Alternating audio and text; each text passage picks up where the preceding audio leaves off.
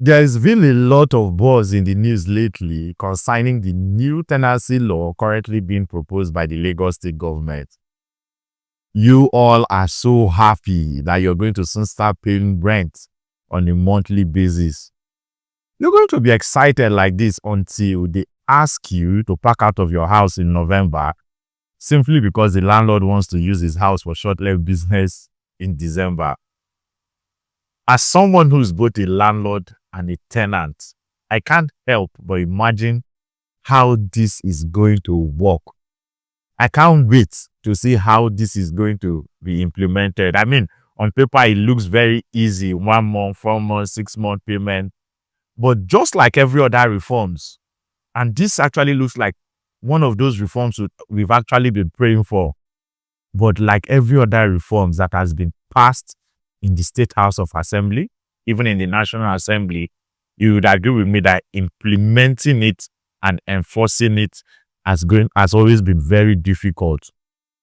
My name is Paul Vincent, and today I want us to look at some of the advantages and disadvantages of monthly rent payment.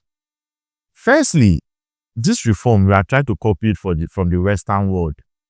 In the Western world, when they build a house, almost all of the basic infrastructures, even furniture has already been put in place.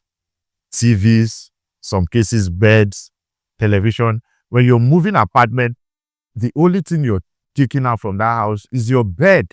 A few other things you would have come into that house with, there is already a condition in place. So I am trying to imagine, will landlord be compelled to build houses now? And I mean, especially for those who want monthly or quarterly rent payment, will they be asked or compelled to put all of the basic furniture in the house so tenants can only move in and move out with their properties, the few ones they came in with? Some of the advantages are, it's going to be a milestone for people who struggle to pay rent yearly. Another advantage is rent is going to be much more manageable for tenants or average Lagosians who also struggle with yearly payment. Now, so let's look at the disadvantages, especially from the point of the landlord. Just last week, I sent the 7 million naira rent payment to the landlord, and he was so happy. He said, "Do you know that this money is not even enough to pay my children's school fees?" And I could agree with him because schools are quite expensive now. So in essence, people who need bulk money for certain things would not be able to gather that money from the rent they receive anymore. Another disadvantage is Nigerians are always very, is it mean? I don't know the right word to use, but we all like to take advantage of every reforms. So it's either it's going to be the tenant who is going to look for these loopholes to exploit the landlord, or the landlords are going to be the one to look for the loopholes to explore the tenant.